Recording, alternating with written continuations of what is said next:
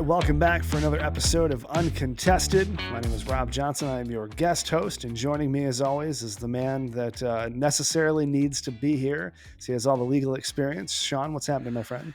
It's a good day in Louisville. How are you doing? Doing good. This wouldn't be much of a legal podcast without an attorney, so I'm glad you joined me today.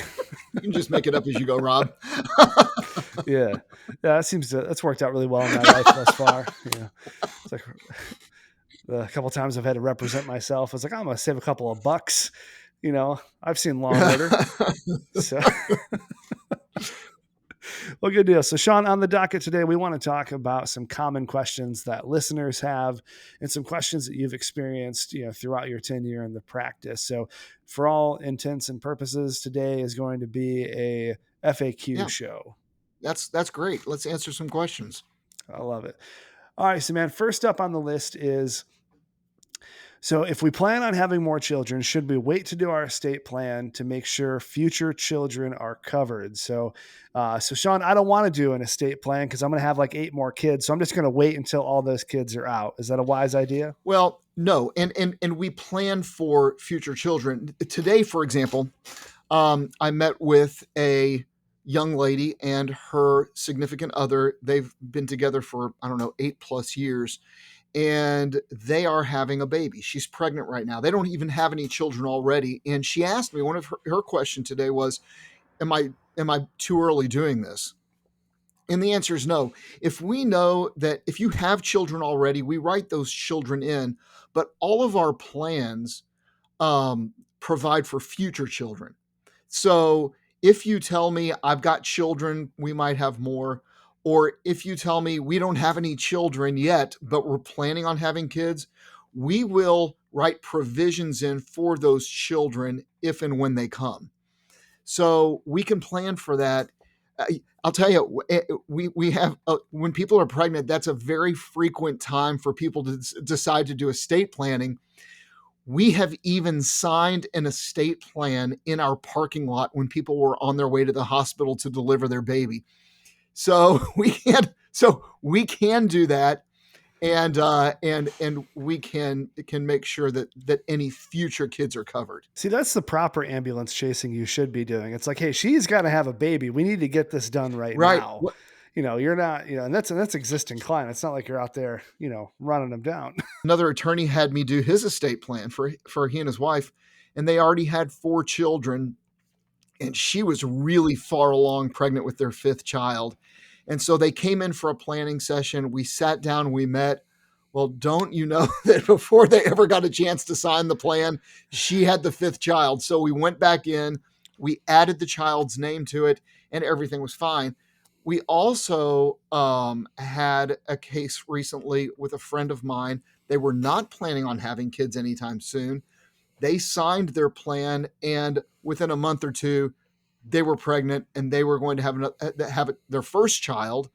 And so we went back in at no charge to them and made provisions for that future child. So, we take care of that with people, and, life is life, right? I mean, things are going to change. And the key to a good plan is for it to be flexible and to be able to meet future needs as well as your needs as they exist today. That makes sense. And one thing that popped in my head as you were talking there. So what happens if, let's say my wife and I, we have 2 children right now, right? So we have our estate plan in place. We have the 3rd child. We never get with you to put that 3rd child in there, and then something terrible happens. Doesn't matter. We automatically provide for that next child. Okay. Even if it's unplanned at the time of the estate. Okay. If you have children, we are automatically going to plan for any future born children or future adopted children. If you want us to plan for future adopted children, but future born children will definitely be included. Most people, I would say more than 90% of our clients, want to include future adopted children as well, because that also covers their kids. So like if their kids were to adopt a child, my question is, do you want to consider those children your grandchildren? And most people are like, yeah, if my child considers that their child, then I'll consider that child my grandchild. And I've only had, that I can think of off the top of my head, I've had one client who has said, no, only those only those children that are named do I want to include as children. But it's very rare, and I do, hundreds of these. So, it's very rare that anybody would ever say, no, I don't want to include, those individuals as future children. Excellent. Excellent. All right, my friend, number two. So I have existing estate planning documents. How does this fit into the estate planning options you have Okay. available? So yeah, so we have different options available. We do a will plan, which provides a last will and testament, durable power of attorney, living will, healthcare power of attorney, a HIPAA release. All of these documents are part of a package.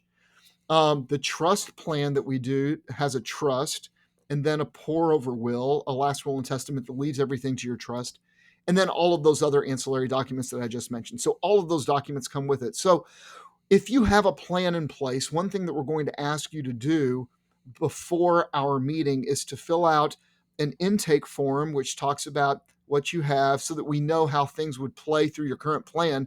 But we also ask for a copy of your current plan. So we ask you to send us that Mm. so that we can take a look at it. And that way, when you come in, we can walk you through your current plan with the assets that you have and with the children that you have and the family that you have and show you how everything's going to play out. Now, if you already have a power of attorney in place, if you already have a HIPAA release form in place, and it will work with your new plan, if you decide to do a new plan, then great. Then we'll use those documents. But I can tell you that my ancillary documents are more detailed than any other ancillary documents that I've seen. Hand to God, a client just left a little bit ago that just signed their documents. And the wife said, Sean, we've already signed a power of attorney. And I said, that's fine. If you want to use your power of attorney, you are more than welcome to use it. But take a look at the power of attorney that I just did compared to your existing power of attorney. She flipped through while her husband and I were signing other documents. And she got to the end and she signed the power of attorney and she shut it. And I said, what did you decide? She said, this one is so much more detailed than the power of attorney that I have in place. And I said, yeah. Mm. And I hear that all the time. Who I hear it from mostly is bankers. In fact, I had one banker who's the manager of a bank here in town who told me and a group of people that we were with that week they had 5 powers of attorney presented to the bank. And this is no lie. 5 powers of attorney presented to the bank. 4 of them were rejected by their legal department. Mine was the only power of attorney that was not rejected. So you see these ancillary documents, particularly the power of attorney, the legislature constantly changes the requirements on these documents. Banks are constantly changing the requirements on these documents, real estate companies, closing companies. So they're constantly requiring more and more detail. And so we keep up with that. We add all this detail to our powers of attorney, and they're better documents. They just are. And so Mm. I do those included in any plan. But if you have a power of attorney that you like, if you have a HIPAA release already in place, you probably don't have a healthcare power of attorney. I've honestly never seen another attorney's healthcare power of attorney come into my office. But if you had another one and you liked it and your doctors had a copy of it and you didn't want to replace it, that is perfectly fine with me. We will incorporate that in to our plan and you'll have a great plan in place and we can use those documents. But keep in mind that having newer and fresher documents is oftentimes a good idea. Back in the day, Rob, and when I say back in the day, I'm talking about 25, 27, 28 years ago when I started practicing, our powers of attorney were 2 pages long. 2 pages long. The power of attorney my client signed today was 15 pages. So a lot has changed in that amount of years. There's no way a bank or a closing attorney or a real estate agent who's selling a piece of property, no way they would ever take those old powers of attorney today because they're not going to sell somebody's house using one sentence that Mm. says, I give you the power to sell my real estate. It's just not the way it is anymore. They're going to want more detail about what exactly do you have the power to do and to sell and to negotiate and all of that. So That makes sense. All right, onward. Let's see. If I do an estate plan in Kentucky, but then I move to another state, what happens to my plan? Look, your plan is good. As long as it was legally executed in the state uh, where you originally lived, it's going to be good. However, I tell my clients that are moving out of state, take it to I'll give them names of people that I know in that state, and I'll say, take it to them, let them look at it. If you want me to send it to them to look at, I'm glad to send it to somebody I know to look at. All of the states have little intricacies, things that we require, especially with powers of attorney. Living wills are state specific oftentimes, but wills and trusts, while they are state specific as to how they get executed, we execute them so they are self proven and they are both witnessed and notarized. So those are going to be good in any state. I was in probate court recently, and somebody, not me, but another lawyer, was presenting an Indiana will for probate in Kentucky because the person who died resided in Kentucky at the time of death. So it has to be probated in Kentucky. They submitted an Indiana will. Well, Indiana's requirements for executing wills is very different than ours. So they were able to show the judge that in Indiana, the will was executed according to the Indiana state law at the time that it was executed, and the judge properly admitted it to probate. So the judge allowed it to go through probate because it was legal in Indiana when it was executed, and so that was fine.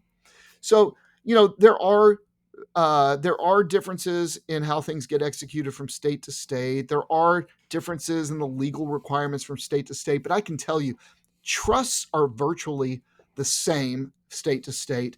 Wills will change a little bit. The ancillary documents are really the ones you want to take a close look at. Um, but you're going to be fine. If somebody's moving into Kentucky and they're watching this and they're like, well, I don't know about my plan, we'll review those for free. I don't charge people to review their documents. Send them to me. Come in. We can have a cup of coffee. In 15 minutes, I can tell you about your plan, the things you might want to look out for down the road. But we don't charge people to do that. I want people to feel secure that the plan they have in place, whether it was done here in Kentucky or in another state and they've moved to Kentucky, I just want them to make sure that they feel comfortable knowing that that plan is going to be effective when their family needs it to be. So, Sean, when you talk about having a plan and it becomes finalized, who should get copies? Like, who are the dedicated people that should get copies of these particular plans? Definitely your spouse, your significant other, your life partner, those people absolutely need to know where your originals are. They need to know the details, what's contained in those plans. Gone are the days when we used to tell people, and we did. I was as guilty of it as anybody.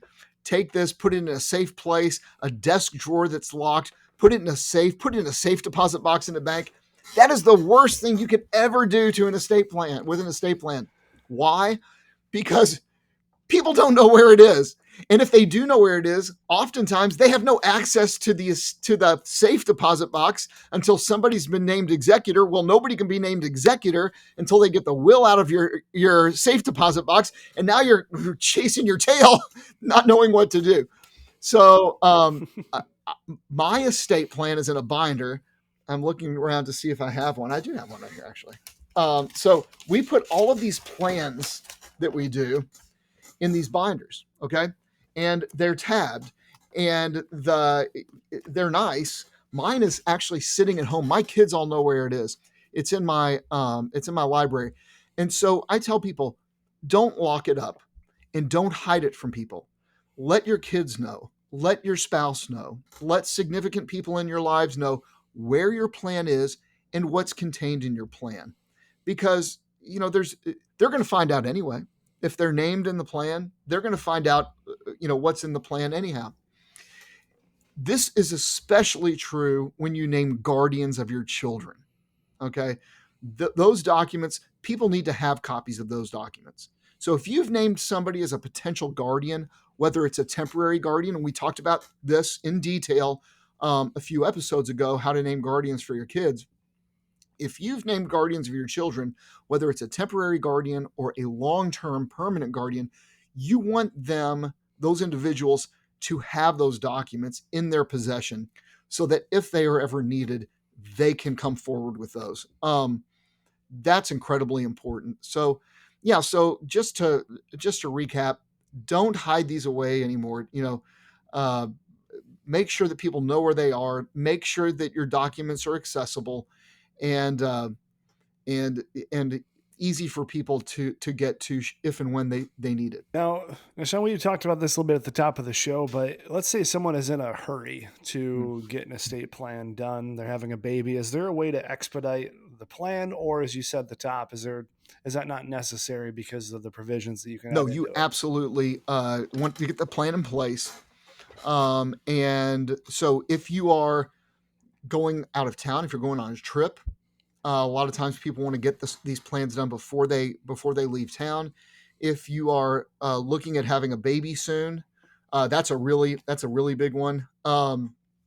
Yes, we will accommodate people. We will meet with them on the weekends. We'll meet with them at night. We will get it done to accommodate their schedule. Most people Okay. do not need that done, but some people do, and uh, we make sure that the the individual's needs are met. I wouldn't want to see anybody go out of town without a plan in place. You just don't want to Yeah. do that. I know that it's a remote possibility that something could happen, but there's a possibility that something could happen, and you want to make sure everything's in place. It keeps you from worrying, right? I mean, Makes a lot of sense. All right, so I'm gonna throw a hard one at you. You ready? All right, so let's say there's a blended family, right? Uh, both uh, both spouses have been married before, and they both have kids from previous marriages. Should they do one trust or two? possibly three. so, so or right, or right. more Well, or so more? that this actually is not an uncommon thing, especially today. We have a lot of people today that come in, and it's a lot of his, mine, and ours, right? So, Mm, husband married previously has his children. Wife married previously has her children, and now they're married together. They've bought a home together. Um, they've been married for a while, for many years now, and they want to make sure that their spouse is taken care of. So you want to protect your spouse, you want to provide for your spouse, but at the same time, you want to make sure that your children are taken care of. And we face that a lot. In most of those situations, we'll set up a trust for husband, we'll set up a trust for the wife, and then we'll set up a trust jointly for husband and wife. mm, They'll put their joint assets, their joint checking accounts, savings accounts. If they have really expensive cars, we might put the cars in the trust. Probably not, but we might. We put the home that they own together, vacation homes, anything that is a joint asset, we are going to put in their joint trust. So, what do we do with the separate trusts? The separate trusts, we're going to set aside assets that they want to go directly to their children at the time of their death. So, it could be a life insurance policy that they want to make the beneficiary of the trust. I'm sorry, the beneficiary of the policy, they want to make it their trust, but they want to make it their individual trust because that individual trust is going to benefit his two children. Her individual trust is going to be named the beneficiary of her life insurance because that individual trust is going to benefit her three children. And then their joint assets are going to go to in trust to benefit the spouse for their lifetime. And then at the end of that spouse's life, it's going to benefit all five of their children, his two children, her three children. It's going to get divided among them. mm, That's a perfect world, right? We know, we know that sometimes things don't go well after the first spouse dies. And there becomes a sort of an alienation between the step parent, the surviving parent, and the deceased parents or the deceased spouse's children. Usually that comes, I can tell you from many, many years of experience, usually that comes because the deceased spouse leaves everything to the surviving spouse, nothing to his or her children, thinking that the surviving spouse is going to divide everything equally between the children.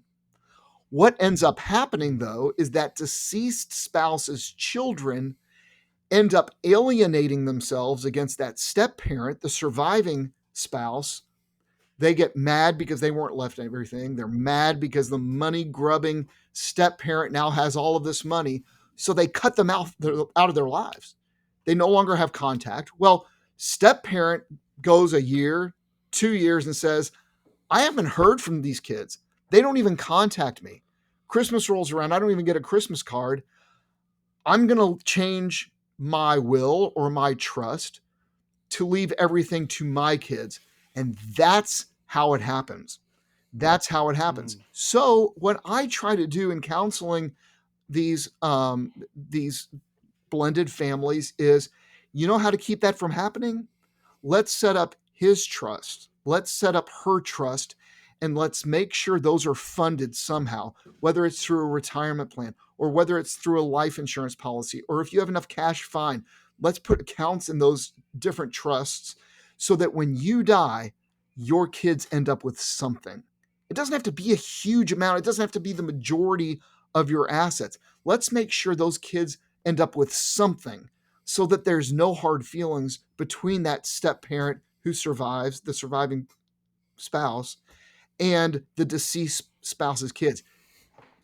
You have no idea what a $100,000 life insurance policy will do. That goes a long way to have this goodwill, and it really makes things go much more smoothly. And the chances are that surviving spouse is going to maintain that relationship then with those kids from the deceased spouse, and they're going to end up making sure that those kids end up with money. But I'll tell you, I have seen so many times where they come in, they do reciprocal wills. I leave everything to him. He leaves Mm. everything to me.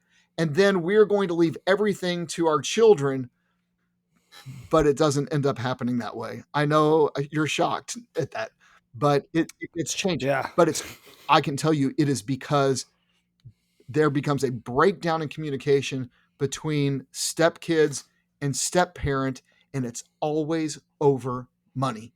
Every time it's over money. We can fix that. We can help people to fix that and to make sure that kids end up with something when their parent dies. So, and Mm. that really keeps those bad feelings from happening. That's a good strategy, and I think kind of one of the umbrella things that I keep hearing you say is it's so much better to get ahead of these things than to figure it out at the zero Yeah, hour, right? And even in that situation where you might have three trusts, you have one for the husband, the wife, and then a joint.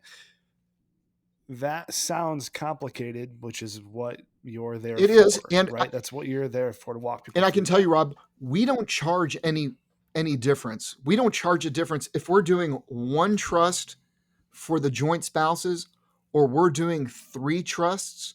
It's, as far as we're concerned, it's the plan. We are doing this plan for this family, and yes, it's going to take a lot more time, but a plan for this family or that family, we're going to make sure that the plan is right for them. It doesn't matter how many documents we have to provide them with. We just want it to be right and good, and for them to feel like we feel, which is, you're leaving here with a great plan that's going to take care of your kids. It's going to keep you out of conflict, right? It's going to keep you out of conflict. It's going to keep you out of court, and it's really going to leave those people that you leave behind working well together, and that's ultimately what our goal is. So let's say, I'm sure this is not an uncommon situation. You have a particular family member that you don't want uh to have custody of your kids should something happen, right? Is there a specific way that we can ensure that doesn't yeah, happen? and we talked about this in our guardianship podcast. You can go back and listen to that. But frequently, we have people who we think, I would never want raising my kids, And Mhm. and I'll tell you, people sit in my office and they both know his mom, we do not want raising our kids, or her dad, we don't want raising our kids. So it's not only do you want to plan for who you want to raise your kids, but you also want to document who you do not want raising your kids.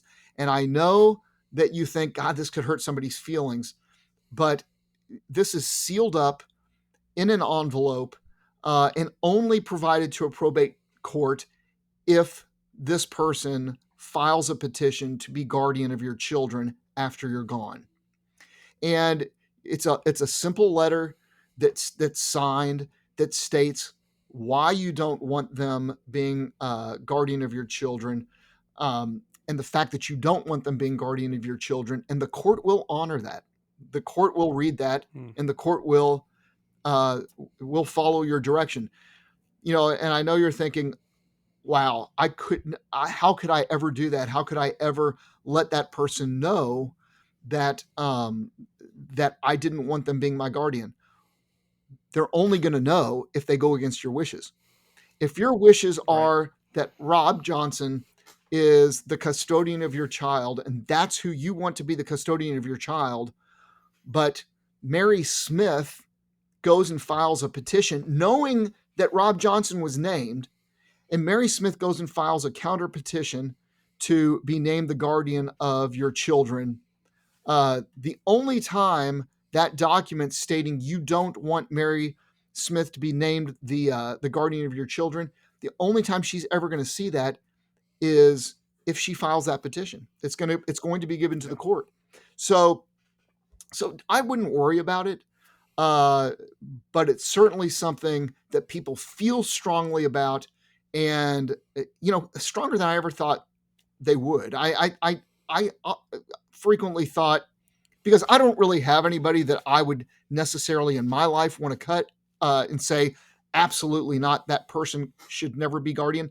But there are more people that I ever imagined want to put these provisions in place, stating this person is never to be the guardian of my children, and this is why. Yeah. Oftentimes, too, the person who looks best on paper is not necessarily the person that we would want. Sure. They may look good to a judge, but they may not be the person that we would want raising our kids. Right. And that might be the exact reason why they don't want them raising their kids, is because it looks great on the outside, but it's god awful on the Right. inside, you know? Yeah, yeah, that's absolutely correct. I've had people say, um, my dad's a professor, my mom's a nurse.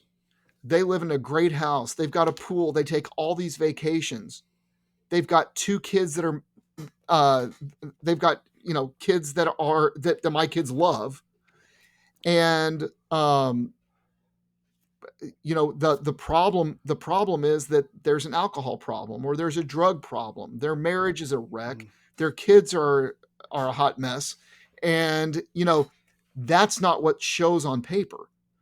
What shows on paper is they've got this perfect life, and Yeah.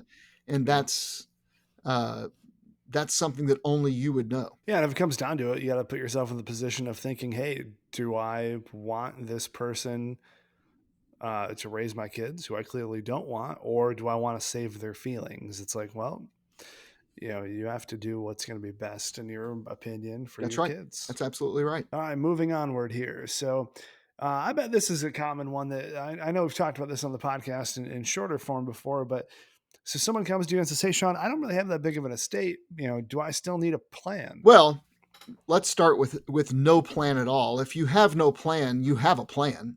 It's just the state's plan, because the state has a plan for you. It's called the Yeah. intestacy laws. And so if you die, the state already says who gets what. I promise you, it's not who you want to get things. And listen, if you die without a plan in place at all, it does not go to your spouse. Your spouse inherits half, and your children inherit half, no matter what their ages are. So people think, oh, my spouse will get everything anyway, and then they can worry about it. But that's not what happens. Your spouse only gets a percentage. Your children get the other percentage, no matter their ages. How many people do you think are aware of that? Not many people sit in my office and are shocked by it. Yeah, in every episode of Murder She Wrote, it seems to be like the exact opposite plot line where it's like, oh, the wife's going to get everything. Well, You know, and maybe that's because of there's a will in place or a trust in place that leaves everything to them. But in reality, if there's no plan in place, the state's going to make sure that the children are taken care of. And mm, so the state's going to leave them a percentage. By the way, if it's real property, the spouse only gets a third, the children get two-thirds. How about that? So if mm, dad dies and the house was in dad's name, uh, mom only gets one-third and a life estate to live there. The kids get two-thirds, which means if mom wants to sell the home because she's getting older and she can't upkeep the home and she only owns a third and two-thirds owned by the kids, and they say, we don't want to sell this house. Guess what? mm, Mom's stuck. So, and imagine if this really? was a second marriage and these are stepkids and their step parent. I mean, it can become a real wreck. So, if nothing else, do a basic plan. The biggest question comes, what about a trust? What about a trust, a revocable living trust? What about a trust? Yeah. Well, we don't set limits on who we think needs a trust or who doesn't need a trust. What we do is we look at what you have and how your assets would pass under probate court. What would the costs of probate court be? What would the time considerations be? Do you want the public nature of probate court? If I Mm, cannot save you money, I will never do a revocable living trust for you. Would only recommend a trust if I could save you and your estate thousands of dollars. So we're not going to just recommend a trust. We're only going to recommend a trust when we go through this analysis of your assets and we go through the analysis of what it would cost for you to go through probate court. If it's cheaper to go through probate court, great. Then we're going to do a will. You're going to direct exactly who you want to get your assets. We're going to do a power of attorney. We're going to do a healthcare power of attorney, a living will, a HIPAA release, and you're going to get a basic plan. But if your state's going to end up spending $10,000, $15,000 in probate costs, and it would only cost you a few $1,000s to do a trust plan and save all of that probate money, that cost of probate, mm, then of course we're going to recommend a trust plan. And people sit there and they look at it and they go, wait a minute, my estate's going to save 10 or 15, sometimes $50,000 by doing a trust plan as opposed to, they say, why wouldn't everybody do this? Well, not everybody has those assets, but if your assets warrant, then, there are some attorneys that say, yeah, $100,000 is the cutoff. If you have $100,000 of assets, in your home, equity in your home, bank accounts, all of that, if it all totals 100,000 or more, then I'll do a trust. I don't have a hard line cutoff. Like I said, I walk people through it. I show them the choices, and then I let them decide. Ultimately, it's your decision. makes a lot of sense. So, Sean, to kind of put an end cap on this podcast, I am quite certain the last question I have for you is the most common, the one that you've received, and it's a two-parter. So, someone comes in, they say, "Hey, I get it. I need a will, trust. I need to figure out my estate planning options. Uh, A, how long do I need to set aside for these planning sessions? And B, what am I looking at in terms of cost slash payment options?" So the first part of the question was how much time does it take? So I have the first meeting we do is a planning session. It's a family planning session, and this is where we sit down and we look at the assets that you've given me in advance, that you've told me about in advance through your client intake Mm, sheet, and we walk through all of this. We look at your current estate plan. We play it out. What would happen under your current plan? What would it cost under your current plan? What would the time be? Things like that. And then we show you, can we save you money? Can we help your estate stay out of court and stay out of conflict? And then you make the decision whether or not you move forward. and you pick the plan you want. So once we do that, we move forward. We pick a design session date that takes about 30 minutes. I would say that probably 95% of the time, the design meeting is done in my client's home. The first meeting is usually done in my office because I use boards and I use a lot of displays so that it's in front of everybody and we're all looking at the same thing. Mm. The second meeting, I'm Okay. usually in the client's home. They love it, and I love it too because it really I love getting to know my clients better. That's cool. And so I go into my client's home and we design it. That takes about 30 minutes because I Okay. send them home with some homework. They'll come up with who they want their fiduciaries to be: executor, trustee, Mm. um, power of attorney, those sort of things. They'll think about it. They'll talk with their spouse if they have a spouse. They'll list those out in advance. So all we're really doing is going through and designing the details of the plan. Do you want a pet trust in your plan? Do you want to provide protection for your kids for against bankruptcy or judgments and things like that? So, and we talk about those things, and that's all great. The third meeting is back in my office. That's when you sign the plan, and that's when everything is in effect. And then I deliver the plan to you, whether you come here and we give it to you or I bring it to you. That's a quick 10-15 minute meeting, and we provide that to you. So that's the process we go through. The Okay. cost depends upon the plan. So we have a will plan and we have a trust plan, and then we have a trust plan that we take care of the funding of. So Mm. I would say our average plans are $4,000 to $6,000, but there are a lot of plans that are less than that, and there are some plans that are more than that. But I will tell you, I have not done a plan more expensive than that in probably over a year. So but the average plan is going to be in that range. If you don't need a trust plan, then it's going to be less expensive. So it's just a range. And what I do is I show you the difference in the plans, and you pick the plan you want. So I'm not pushing you to do one thing or the other. All I can do is show you what your options are, and then you pick the plan. Once you pick the Mm. plan, you never get billed for anything else. I do not charge by the hour, so it's a flat fee, and I don't charge for our phone calls. I don't charge for my travel to and from your house. I don't charge if we Zoom. That's it. That's all you pay.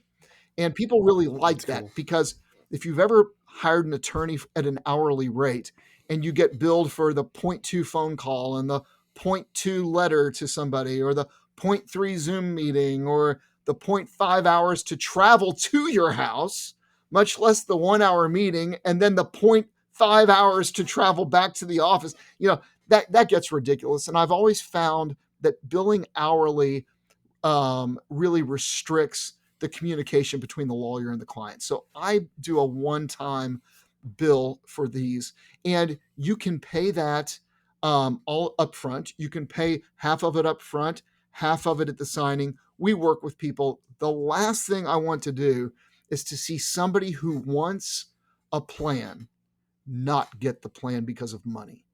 So Mm. I work with my clients, and I would say that probably about half my clients say I just it's a fast process. By the way, it only takes a couple of weeks to get all of these steps completed. So some of my clients will say I'll just pay it all up front. About the other half will say, well, can I pay half up front and then pay half at the signing, and that's perfectly fine. And we have people that will pay by check. We have a lot of people that pay by credit card because they get their miles, right. And so if you want miles, you got to pay the bill anyway.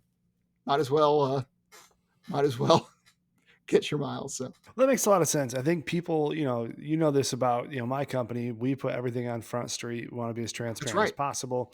You do the exact same thing. You want people to know, here's the standards, here's the expectations. That way they know what they're getting before they get in the deep waters. I've been that client that has been billed the point one, Right. point two for everything, nickel and dimed for every part. And it's just not a good, it doesn't leave you with a good feeling like, oh, I'm going to recommend this guy who I just feel like took me to the cleaners.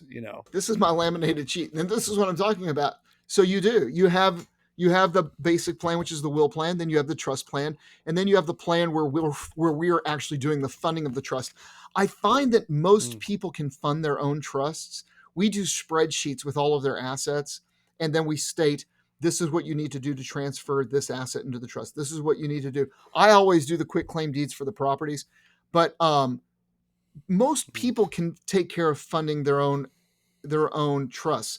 There are some people who say, I've got 8 retirement plans. I've got several life insurance policies, because these are older people that have been from job to job. They've got all these plans out there. They've got all these accounts, and they say, I just can't do it by myself. Yes, we will step in and we will do that for you. And that's the third plan. But most people are going to choose the middle plan. Most people are going to choose the trust plan. And depending upon the different aspects that you choose in the plan, it can vary. It can range, but usually they're around $4,000. Yeah, that's cool. Well, Sean, I appreciate it, man. That's a lot of good questions, a lot of good answers, good content for the listeners. Absolutely. So as always, thank you for your insight, and I know the listeners appreciate it as well. Absolutely. It was good to answer those questions. Very good. And if you want to know more about Sean and his practice over at Lohman Law, all the details are in the show notes. And apart from that, we'll catch you on the next edition of Uncontested. Hope you all have a great week out there. Take care.